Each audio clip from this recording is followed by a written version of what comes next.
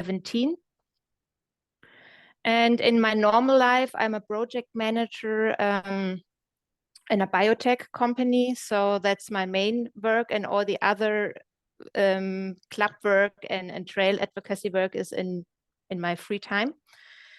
And I have started with the trail advocacy in 2018 or 2019, I think, when I joined meetings where my husband Jörg, he's also here on the panel, he was already participating and representing the mountain bike club in these meetings and these projects, and I participated. And then it was, since then, the two of us representing the mountain bike club.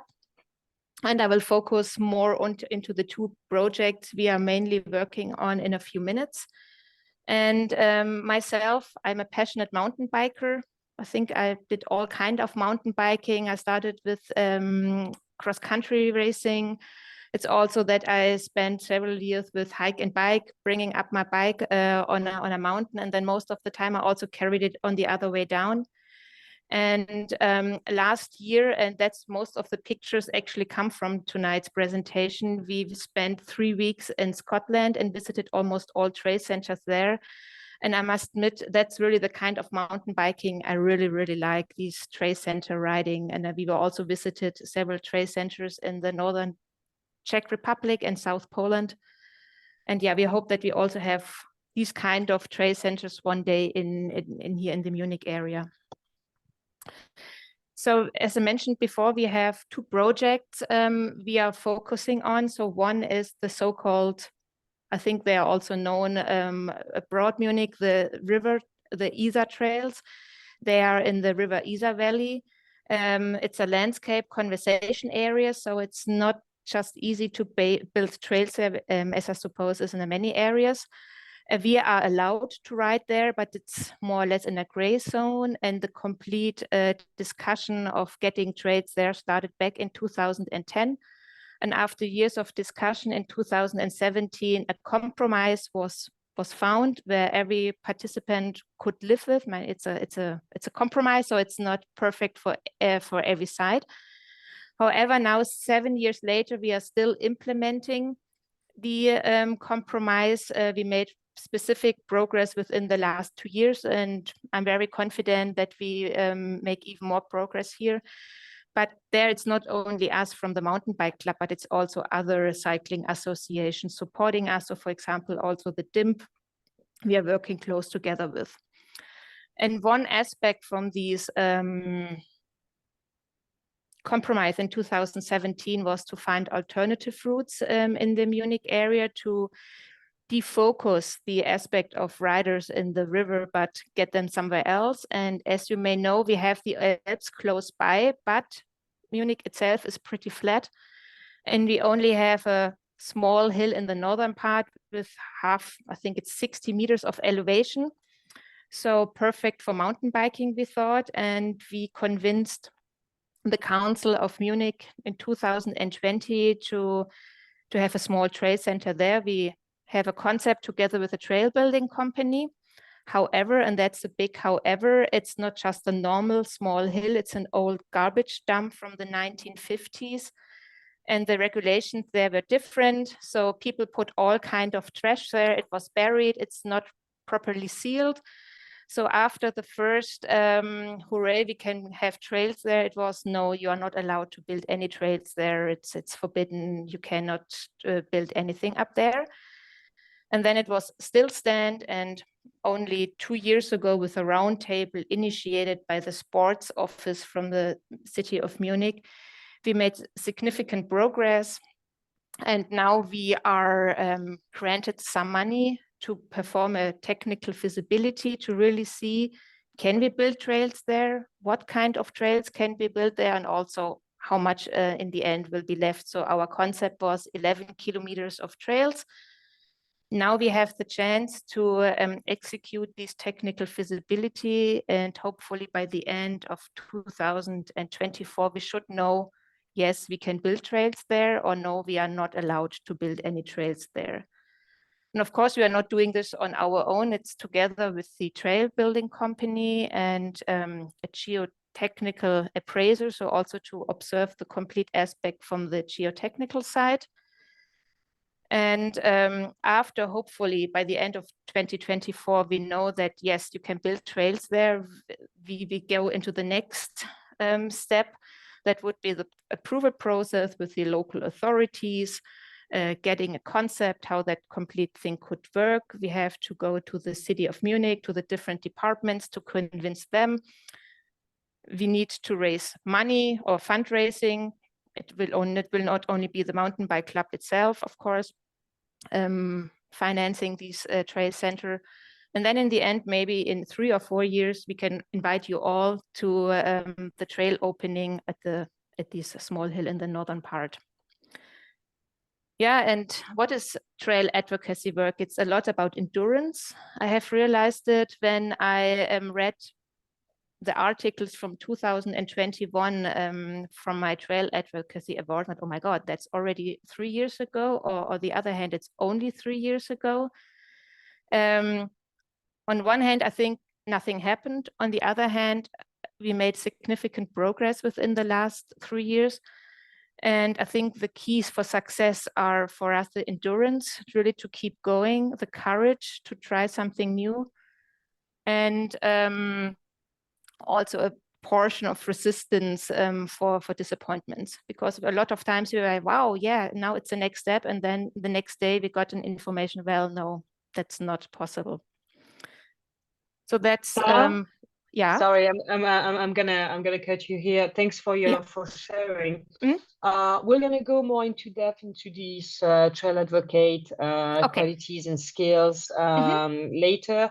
I'm gonna give the floor, I think, to Yari so he can present himself, and then Fanie, and then we will exchange around all of that, because this is very interesting what you're saying about endurance, for example, and I think we will have a conversation about that with our other panelists, because yeah, this is a great topic, I think. Yep. So hi, my name is Yaroslav, but as you can see there in the presentation, they call me Yari. It's easier, shorter, and easy to remember. As my name, from my name, you can more or less see that I'm from Slavic origin. So yeah, I was born in Russia. Then my father is Cuban, so I grew up in Cuba for 30 years, Havana, Cuba, Fidel Castro, blah blah blah. If somebody is old enough to know about it. And then 2005, I moved to Spain, and I've been living in Spain. I lived in Ireland too, in Dublin. So that's where I discovered all this whole world of actual trail building, flow trails, trail centers, and how this is managed. I myself, I'm a software engineer by trade. So I studied as a software engineer. That's what I've been doing all these years, and I'm still doing it, database administrator. So that's why I moved to Ireland, and now I'm moving around also with different clients and everything. But the rest of the time, I dedicated to trail advocacy, trail building advocacy, visibility, giving visibility to groups, associations, and everything all across Spain. So how this started? Let's say that I started in around 2007, 2008. I started my own blog, yari.com, just to write some stories of my traveling and going to events and going to races. Then I moved to Malaga, and I started to go to more and more events. And at some point, that started to grow. People started. I started to get to meet to people and talking with people. I'm not, let's say, not the more shy, so I start talking immediately. I'm not shy to approach people. I talk to people every time, Spanish, Russian, English, whatever is necessary, language sign, whatever. So at some point, then I moved to, well, I lived abroad, Dominican Republic, came back. And during that time, I was in Whistler for 1 month. And while in Whistler, a friend of mine there told me, hey, install this app. They have all the trails here in Whistler, and in the surrounding areas, it was TrailForks. That was 2015, when TrailForks was recently launched. And let's say that TrailForks, together with my blog in Spanish, was the kick-started what right now I'm in. So through TrailForks and the blog at the same time, I started getting more and more details about the different places that were developing trail building or trails, just trails, not even like specific trail building, just people doing something and they wanted to, hey, I want to map my trails on Trailforce, how I can do that. So all started together with that. I started doing interviews also to some people. I was more focused during that time more in events and races and everything. Then I moved to a van. So I lived 2 years, almost 2 years in a van while still in Malaga, but spending a lot of time living on a tiny T4, going to all events I could. I even was in Slovenia, Enduro Series, Finale Ligure several times, Tweed Valley, Scotland. And then at some point I moved to Ireland. And that's where my mind blew away, seeing the work that can be done with organization, with visibility, with support, with, from the local government, from local trail advocacy, with local associations, clubs, everything. None of that is happening, or at least it was not happening in Spain back 5 years ago. So in Ireland, I did the same. I got involved immediately with all the events and racing, and then on top of that with the trail building scene, and got to meet a lot of people related with this. And I was still traveling. I was again in Scotland for the Enduro Series and a lot of stuff. So at that point I said, okay, I need to kickstart things in Spain. So through Trailforce, that was at that point already like growing really fast, exponentially in Spain after COVID mainly, and that happened across Europe at the same time. I started to get more and more contacts from different trail associations, different people managing trail associations. Then in 2022, I discovered the Take Care of Your Trail campaign, but it was a little bit late to get into it. I interviewed Bike Trails Valencia, was the only trail association in Spain that was in the Take Care of Your Trails campaign in 2022. And they were not the winners, but they were like one of the finalists. So I said, oh, I need to get as much people into the Take Care of Your Trails campaign in Europe in 2023. So I jumped in. And I'm going to stop you here, Yari, because we're going to talk about that in the panel. So this is great. We came into exactly what I wanted to talk to you about in the panel later. So that's perfect. We're going to give the floor to Fanie for a presentation as well, and then we will dive into it. Hey, how's it, everybody? Usually I'm the person that runs off the rails with my passion and my stoke for trail advocacy and trail building, but Sarah and Yari have raised the bar quite high, so I'm going to try and follow through with that. But sure, Kathy, is that the only photo you could find? That feels like it's been 20 years ago that photo was taken. I wish I still looked like that. Anyway, I'm Fanie Kok. I started and run the soil searching program at Specialized. It's our global trail advocacy program. It's obviously a play on soul searching, which is the trail, which is all you guys on this call and trail builders and trail advocates all over the world who are responsible for bringing trails to life. And Kathy, I'm not going to go into too much depth now, but just a quick overview of how it started. I used to work for Specialized South Africa. I then got an opportunity to work with Specialized Global, based out of California, traveling the world with my wife, who is way smarter than I am. She is a data expert, and we went around the world and found people like you guys on this call, and trail advocates and communities. And she drew up a bunch of reports on the people we visited, the places that we went to, but more specifically, the more places we went to and the more people we visited who's fighting the good fight for trails, we realized that something had to be done by the industry to be more connected to the people on the ground who are bringing trails to life. So that's how the soil searching program was started back in 2018, 2019. And I ended up moving to the Netherlands, lived in the flatlands for almost 6 years, and then returned to the mountains and now live in Switzerland, quite close to where our Specialized office is based in Zug. So that That is it in a nutshell. That is my introduction in a nutshell. Kathy, I don't know if I should go deeper now or if I should just pause it there. No, I think it's perfect. We're gonna have a lot of opportunity to talk more about this. So this is great. Thank you very much, Fanie. All right, so let's dive directly. I will start with Sarah, but I think it's also a question for Yari. Actually, it's how. So during the Take Care of Your Trail campaign, you have these awards, Trail Advocate of the Year. How did you end up becoming the Trail Advocate of the Year in 2021, Sarah? What was the project you were working on and who nominated you? Was it a surprise? Talk to us a bit more about it. Yeah, it was end of April 2021 when I was participating in one of your webinars. And later on, I think I emailed to Mark and telling about our stories here. And then you had the campaign in May, Take Care of Your Trails for the female.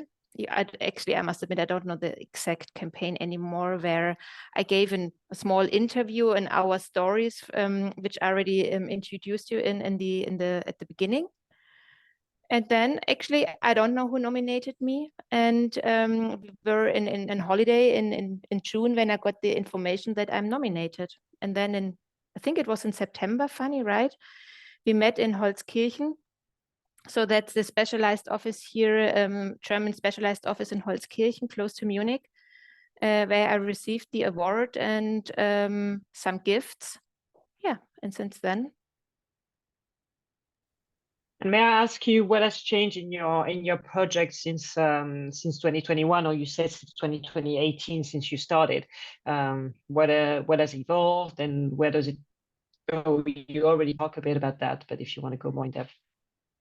So what has changed? I mean, in 2021, it was like still stand and there was no progress at all. It was Corona, the trails were more crowded, and we also got more and more impatient that it has to go on for, I mean, it cannot just be still stand, and it's just, as I already said, patience and endurance. And then 1 year later in both projects, it started, I mean, completely independent of each other on one hand, but also maybe depending on each other, because it's the city of Munich, it's the county of Munich realizing that they need to do something for the mountain bike community. It's not, you know, the Alps, they are close, but it's too far to go there for an afternoon for a bike ride. So people need something here. And we suppose that I mean, in the compromise, for example, for the river Isar, it was already there, and money was also already there. So there was just the last bit in the piece, last piece missing, and since then it's going on. Yari, I think if you tell us about the 2023 campaign when you became a trail advocate, you will continue the story you were about to tell us about how you engage more in Spain and how you bring group together. Let's talk about that. Yeah. So for my case, let's say that everything has grown organically, so to speak, like a little bit random, but with all the effort that I have been doing with all the trail builders and association, at the end, we got to a point where I said, hey, there is something going on here with all the interviews that I did during COVID. So many people locked down, so there was enough time to chat with the people while doing like a lot of stuff, but everything online. At that point, I was in Ireland. Then at the same time, Trailforce grew a lot. So all that together made me realize that, and I was, as I was saying, I was living in Ireland, that in Spain, there was no like a lot of communication, visibility for the Trail Association, for the different groups, even for individuals doing this. And then when I interviewed by Trail Valencia and realized about the Trail Take Care of Your Trail campaign, I said, oh, we need to bring this to Spain and let it go and let it know, everyone, let know about it. So one of the first things I remember I did was contacting you guys saying, hey, I'm here. My name is Yari. I can translate everything you need in Spanish, because one big hurdle that we have in Spain, sadly, is the language barrier, that there is not much knowledge of English. So it's difficult for trails and trail association and people in general to communicate. So what I did was just on my blog also translated as much information as possible, send it over to everyone that I knew that could be a match to participate. And suddenly we had 9 groups, I believe, or 8 or 9 groups in past year participating. I believe it was the country with the most amount of trail groups participating for different places. And actually, at the end of the campaign, it was Mountain Bike Basabarua. Actually, that photo in there, that's Manuel with the blower. They have been doing a terrific job in Pamplona, and all thanks to Manuel that started everything.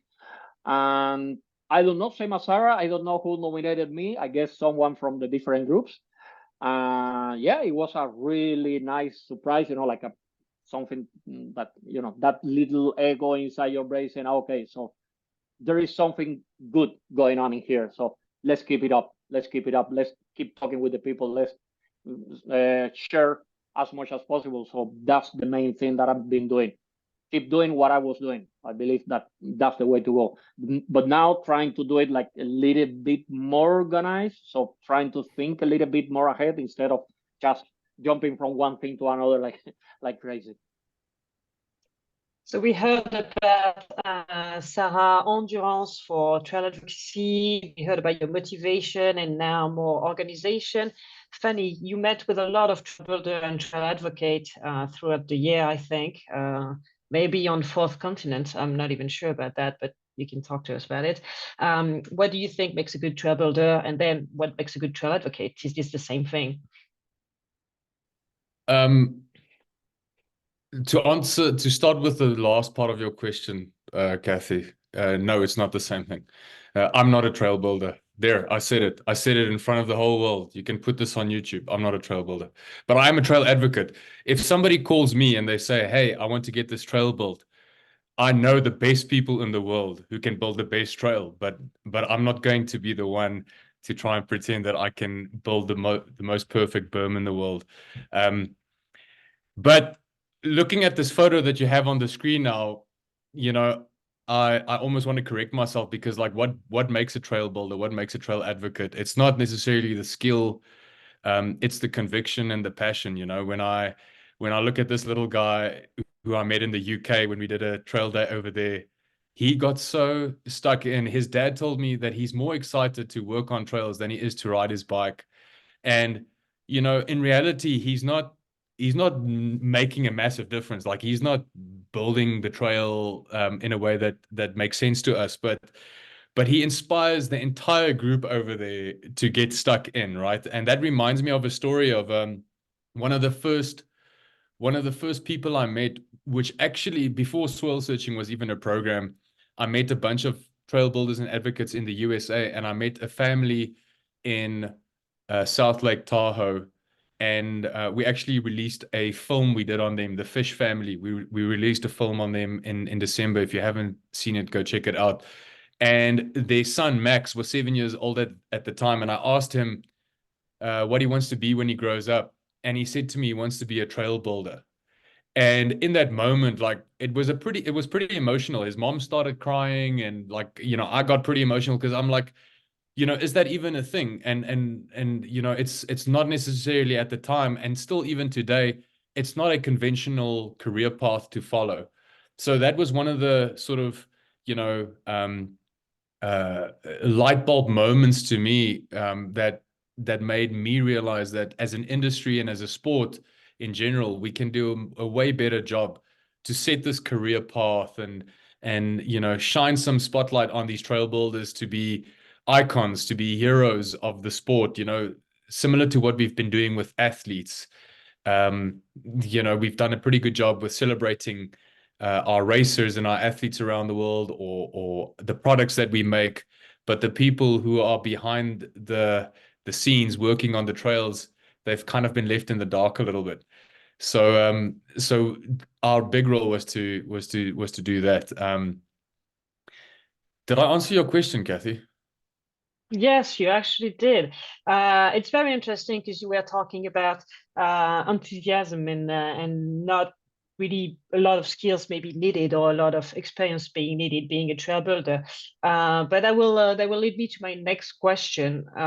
The three of you have been involved in trail building and trail maintenance day. You've been creating, Sarah and Yari, Take Care of Your Trail Days in Germany and in Spain. So you know a bit about that. And what is the most common task that you have when you do a trail maintenance or a trail building, and what is the skills that you find the most useful, I will say? So I can maybe start first, because we only had one maintenance day in 2021. So maybe I know more from you, Yari, how you are doing it for the future for us. We only have, our participation in the trail maintenance is our so-called Isar-Banker. So we have a recreation bank. We have actually 2 recreation banks donated from the mountain bike club.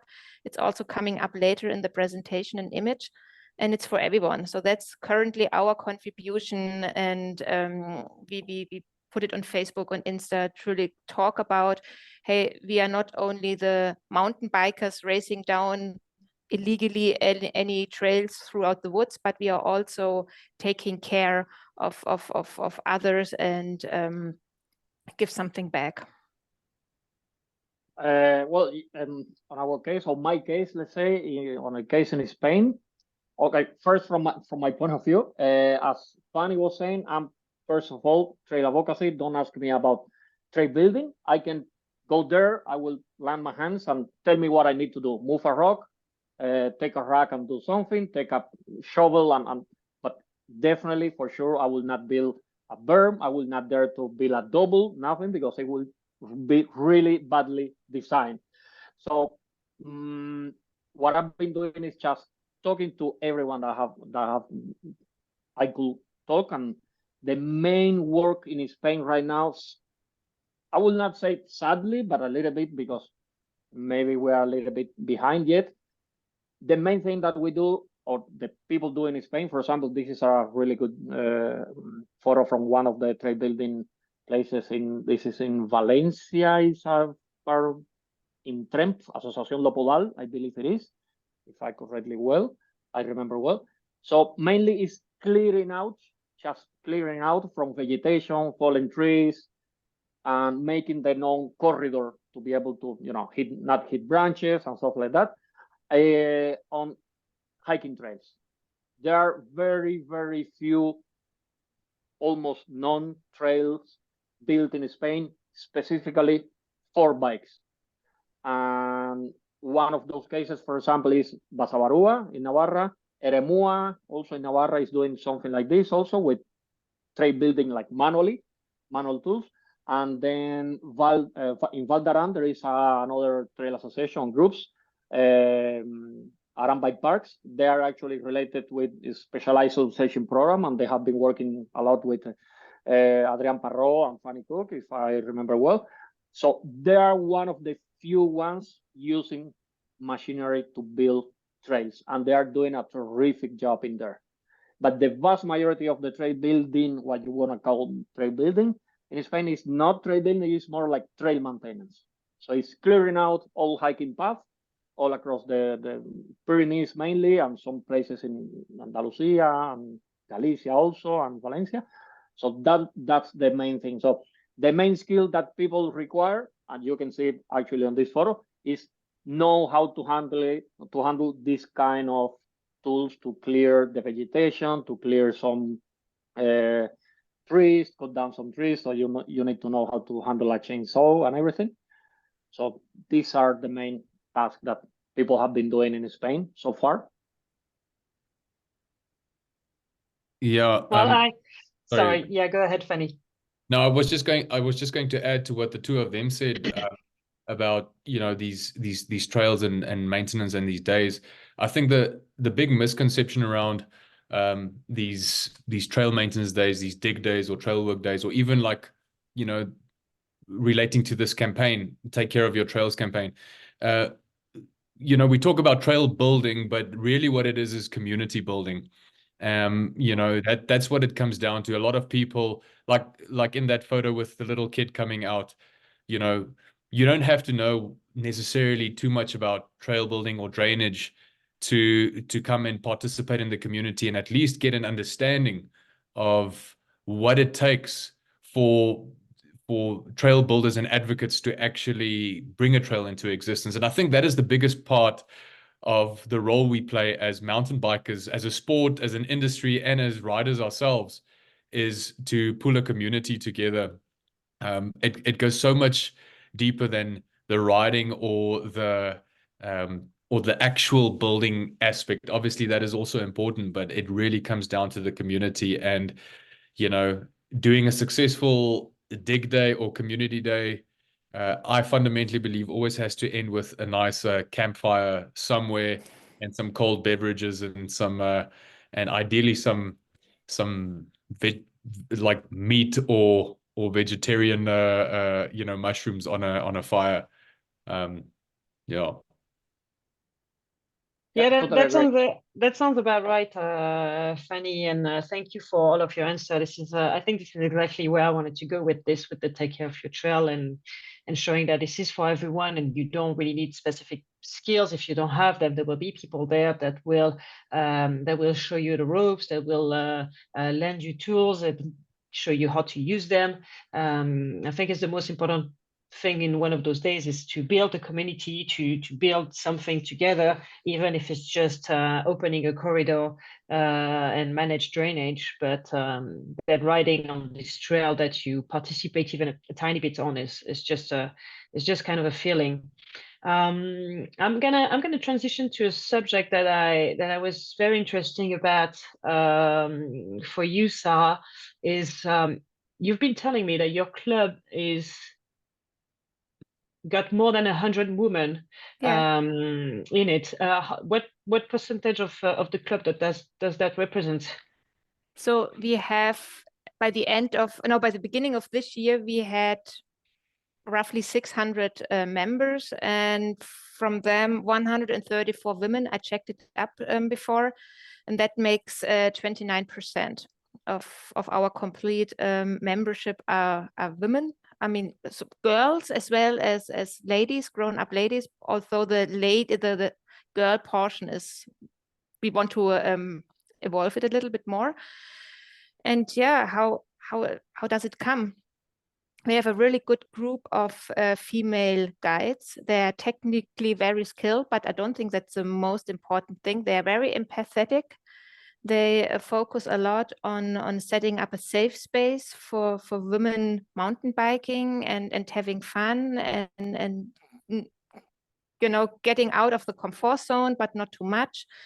The program they are setting up each year is really great. So you have seen a picture before. It was in the bike park in Saalbach last summer, and we had so much fun there. And it was about everything. It was about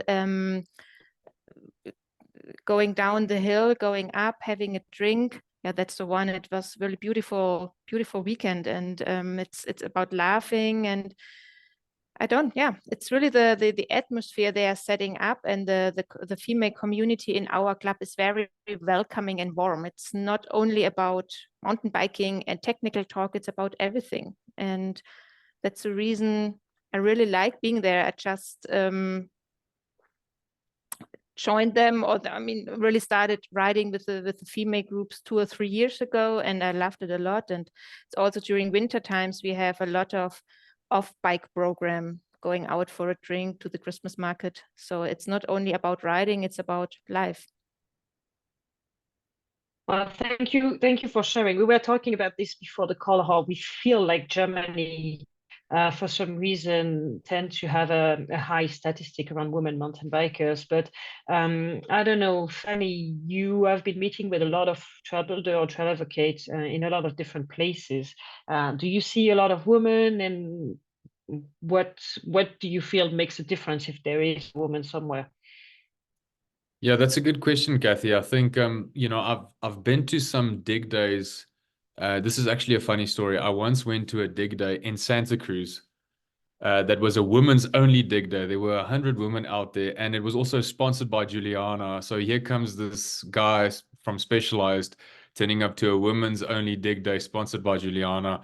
So obviously obviously, you know, that that created a little bit of stir with all of them. But I think what it comes down to is, you know, we've been having this discussion, you know, I've been speaking to Manon and Kathy and some other people internally about it, whether it makes sense to put more emphasis around getting women's specific, women's only dig days going, or if it's a case of, you know, making women just feel like this is actually part of what we all do, you know.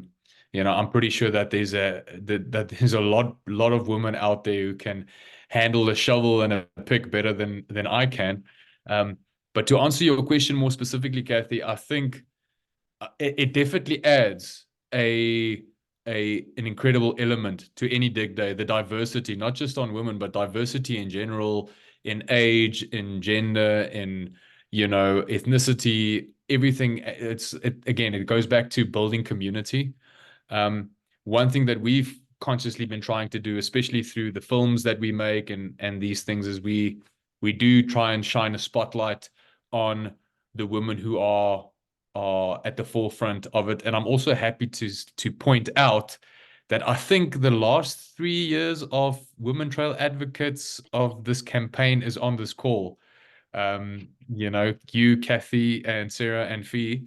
And so that makes me very excited to see where this is going in this space, because I think when it comes to men, we get a little bit of we sometimes let our egos and our testosterone get ahead of ourselves when it comes to building trails, and sometimes lose sight of why we are doing it in the first place, where I feel like it just creates a family united dynamic when you have women and just diversity in general involved.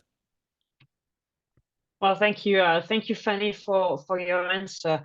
I will get back to Yari. You said you're working with some projects in Spain, doing trail advocacy, helping them the way you can. Is there any project right now that you are excited about? Is there anything specific that's happening in Spain? You were talking about the trail advocate of not trail advocate, the outstanding local crew of last year. I think that win also during the campaign.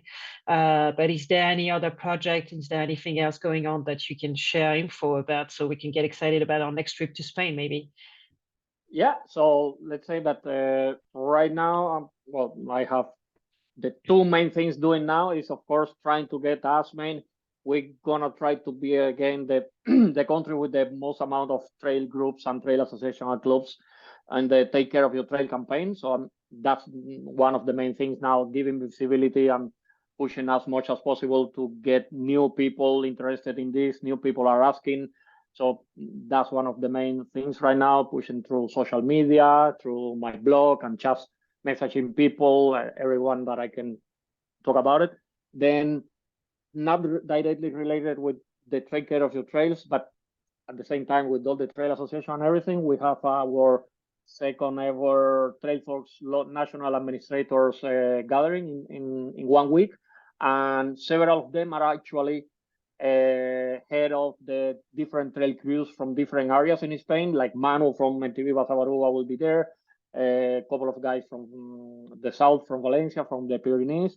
So keep doing this visibility task, trying to give voice and trying to give an image of what all these heroes of the trail, let's say, are doing for us, because if they're not doing that job, of course, it's really hard to go out and ride on such nice trails. So that's the main thing that is happening right now. And talking back to what right now Sarah and Fanie were talking, sadly, we are still not seeing a huge number or even a small number of women on trail building. There are few here and there that are starting to do something and trying to connect with some of them, but it's just few scattered efforts, nothing really like outstanding right now. But the future is bright, and hopefully we can get more and more women also into all these trail building days and gathering some meetings and everything. Thank you, Yari. Don't forget to put your questions for any participants in the chat. I will ask them soon. One more question for, I think, more specifically Sarah, because you've been working a lot with municipalities and stakeholders and land management agency. Has the relationship improved over the years, and how do you think it improves, and maybe what makes the difference? I mean, the two projects, I can clearly see a better relationship we have also with the city of Munich, the different stakeholders, as you mentioned, because we know them, they know us, they see faces behind the mountain bikers. We have already several meetings, and it's I think the really endurance of the same faces over the years, which make them also trust in the complete process. And yeah, I can clearly see an improvement. I don't know if I answered your question. Yeah, yes, you did. I guess it's a long-term relationship. Yari has something to add on that, so I guess he's got a lot of experience on that too. Yeah, no, I just yeah, but at the same time, I just remember something from the previous question that I failed to remember with the chat. You making me nervous here. That we are preparing also the second ever gathering of trail builders and mountain bike destinations for 3 days, and a couple of actually people that are here as just watching the webinar will be presenting there. So thank you, Christopher, and some Eduardo also from ETRS that are gonna present in there. So I've been helping to co-organize the event, and that will be really good thing also that will happen the next month. Sorry. Okay. When and where exactly? So you say next month. Do you have a date and a place already? Yeah. It will be in Reino de Mayos in Ayerbe. That's in Huesca in Aragon. Sorry, in province in the Pyrenees, and it will be from 17 till 19. So it will be 2 days of different conferences and like round tables talking about different subjects with several different people from Spain and from other countries also presenting. ITRS, Christopher about the DIRT project that is really interesting to get to know that project better and the classification system, this international classification system in Spain. And then Sunday will be just a social riding and, you know, get everyone get together and ride together and get to discover some trails in the area. So that will be third weekend of May. Yeah, sorry, Sarah, for interrupting. No, that sounds great. Thank you for sharing. Fanie, you talked to us a bit about soul searching, about highlighting the work of trail builders and trail advocate. Can you tell us a bit more about what is this program? What's your role in it, maybe, and yeah, what you do exactly? Yes. What do I do, Kathy? I feel sorry for my parents who have to answer that question when people ask them. So as I said in a little bit earlier on the call, the important thing that I felt like we can do from an industry perspective is turn it into something really iconic and inspirational, and really shed the light on trail builders as the heroes of mountain biking, the heroes of our sport, and essentially you are creating a whole new sort of career path, and you know, call it sports marketing, call it what you want, but it is what it is. So soil searching currently consists of mainly 4 elements. You can say 5, but it is sponsoring trail builders as we've traditionally sponsored athletes in the past. So we have a few globally sponsored trail builders around the world, 10 of those. And then we also have regional and local sponsored trail advocates and trail builders around the world as part of soil searching ambassadors. The second thing is hosting dig days. So we have our regional specialized markets around the world who are joining forces with organizations like the people on this call over here to help host and facilitate dig days and bring our voice and our platform to the table to get more people involved from the community and riders to participate in these dig days. The third component is fundraising. So we've done a number of soil searching fundraisers around the world where specifically with custom bikes. We've got these custom painted bikes. We've incorporated into our products with custom painted bikes that you cannot buy from a store, but you can only win it as a from a raffle or a fundraiser or as a trail builder ambassador. And that has raised significant funds from it. And then the fourth component is storytelling, which, you know, yes, you can say that it's marketing, but really what it is shining the spotlight on the communities and the trail builders who are out there making it happen. So I basically, as I said earlier, I started the soil searching program back in 2017, became a little bit more formalized in 2018, and I manage and run all of it all over the world, all our global trail builder ambassadors, working with our different markets, our different countries around the world on regional activations and fundraisers. And it's quite sad to say, but I spend more time behind the computer than I actually do on the trails and on my bike. And then I have to say, Kathy, because it might be inspirational and somewhat insightful to this group, because there's always the topic around trail building and, you know, environmental consciousness or environmental stewardship. I'm pretty sure everybody on this call has somewhere down the line had to you know, get involved in a conversation with a passionate environmentalist that says trail building is destroying our environment.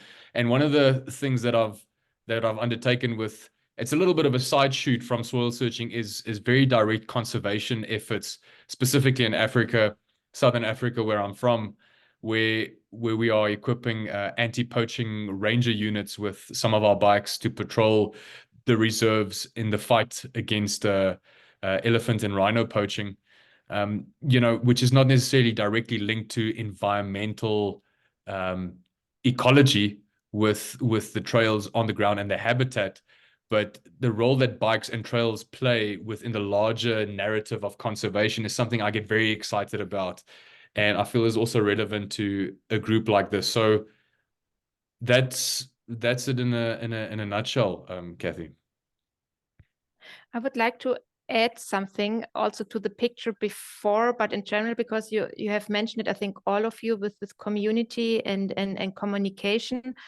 So I include to the community not only mountain bikers, but all visitors of the nature, because when we go to one of our recreation banks and you sit there, you talk to other people, and most of them are not mountain bikers, but they are hikers and walkers and pedestrians going with their dogs.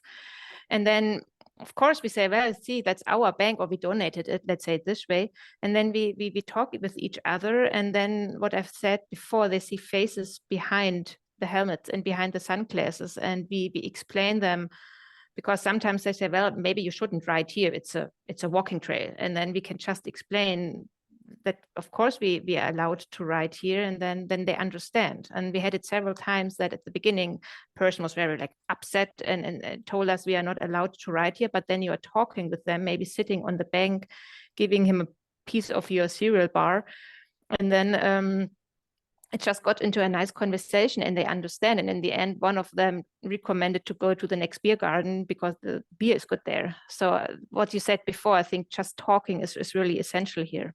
But not only to the community with the mountain bikers, but to all.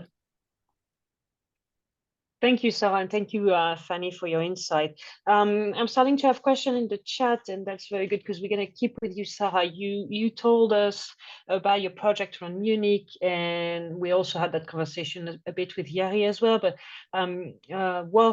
trail development and work around trail advocacy could be slow, could take years. As you said, you started in 2018, and then in 2021, relationships started to improve, and right now you're still working on developing where you started in 2018. How do you keep people engaged for a longer period of time?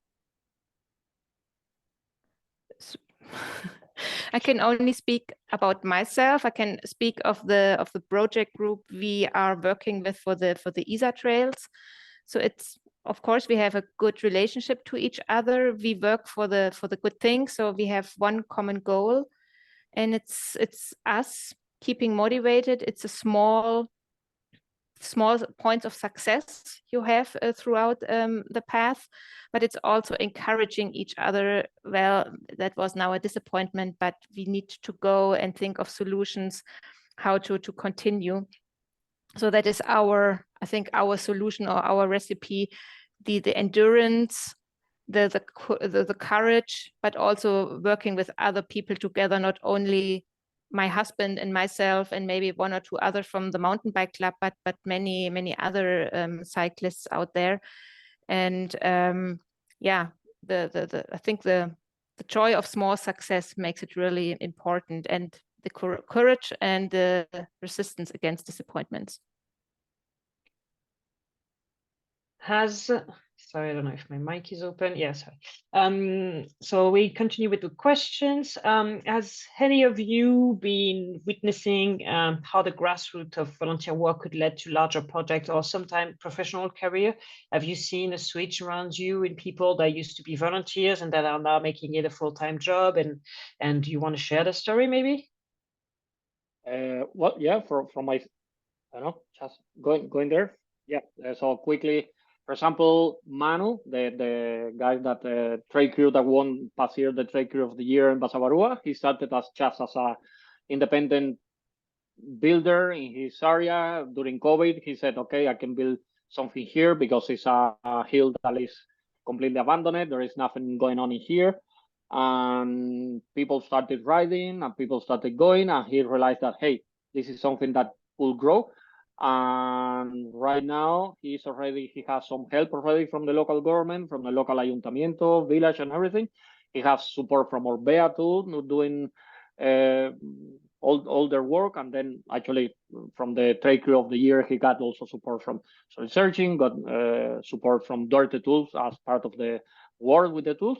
So right now he's already thinking on, he's already asking me and trying to get more information. So when the next DIRT project that they are running, Marman and Christopher and all these guys are running, so hopefully in 2025 there is going to be another possibility to do this course that only 2 Spanish guys have done it so far. So yeah, we're at least here in Spain, I'm seeing slowly people that work just grassroots, as you were saying, Kathy, and right now they are already thinking that, hey, maybe I can get a living from this if I do it right, if I professionalize, if I can learn the right way to do it. And with all these certifications, I can then go to the local governments and brands, etc., and say, hey, I'm doing this, but also I'm already certified, because some places ask you like, okay, so who you are, show me something that you have, like a professional certification to do this work that you have been doing and want to do, in order to provide you with some support. Yeah, Kathy, from yes, my side, Fanie, I saw you. from my side, maybe I shouldn't say it on this call, but I'm going to anyway. I met a group in New Zealand once who told me, one of the guys, the president of the club actually, who ended up turning it into a full-time thing, he said to me, well, if it wasn't for illegal trail building, there wouldn't be any legal trail building.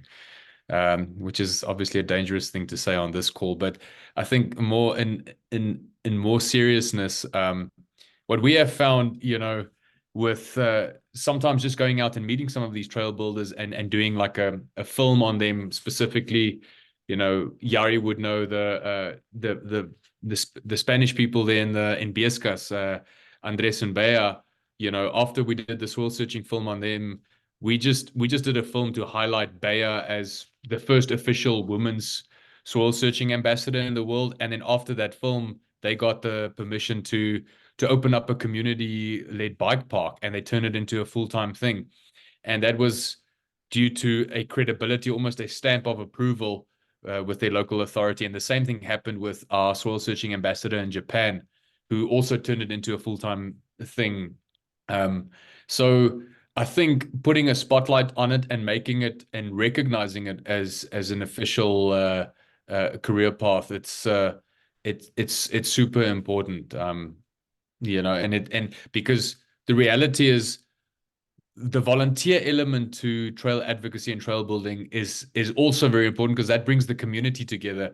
But I think within the larger scope of how fast mountain biking is growing, and in light of climate change, I think the more professional trail builders we can have in the world, who can lead these dig days and who can inspire the younger generation and teach the skills and pass the skills on, the more crucial it will be. So, that's obviously what you guys are doing.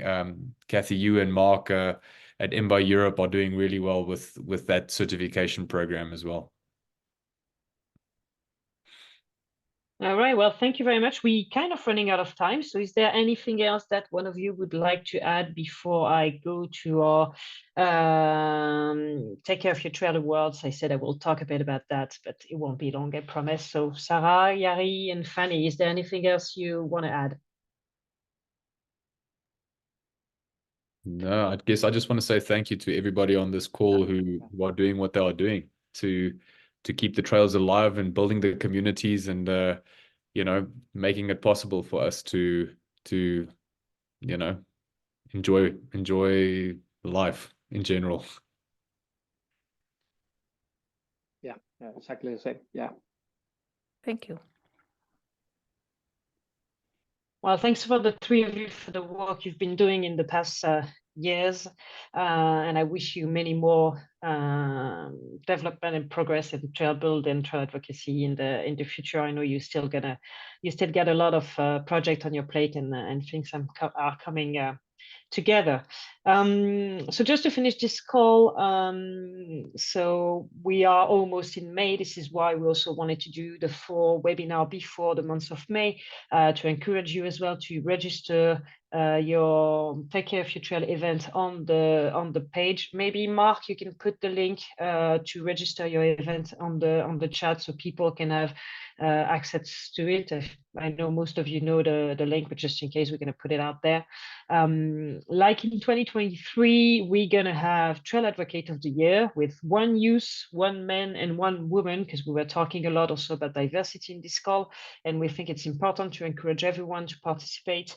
The youth is under 25 years old, so if you think about anyone in your trail crew, in your group, around you that does great job about advocating for trail or helping build trail, or making it possible for you to go out there, nominate them, because this prize is only on nomination. And in this call only, I think we only have 4 or 5 Trail Advocate of the Year, so it's really possible to get a prize. As usual, and thanks to Fanie for following this campaign throughout the year, we will be partnering with Specialized. So there will be, all of the awards details on the website, but there will be great prizes for all of those awards. And we're also partnering this year with Trail Tools, and we will have compact tools to give away to Trail Advocate of the Year, as well as the Outstanding Local Trail Crew will get Specialized Soul Searching Edition Levo, I think, if I'm not mistaken, Fanie, and 2 compact trail tool as well. So that will be quite interesting. So if you have a crew and you want to register, the link will be soon available by the end of the week or beginning of next week. And also start looking out for your National Mountain Bike Association. We're partnering again with EcoCounter. So Dimbin, so in Dutchland, who's working with Sarah, won last year, and they are really using this tool to have more data around their trails and to advocate with municipalities and landowner about trail opening. So this is kind of interesting to look out for. There will be a 4th award, but we will talk about this more during the campaign, because we're still looking to put some stuff together for this one. But all of the details on the website. Mark put it on the chat. I don't know what to say, except thanks again for all of you participating in those webinars. Thanks to our speakers who've been amazing. We were very lucky during those 4 webinars to have very different speakers with a lot of different background and experiences. If you missed the 3 first one, they are on our YouTube.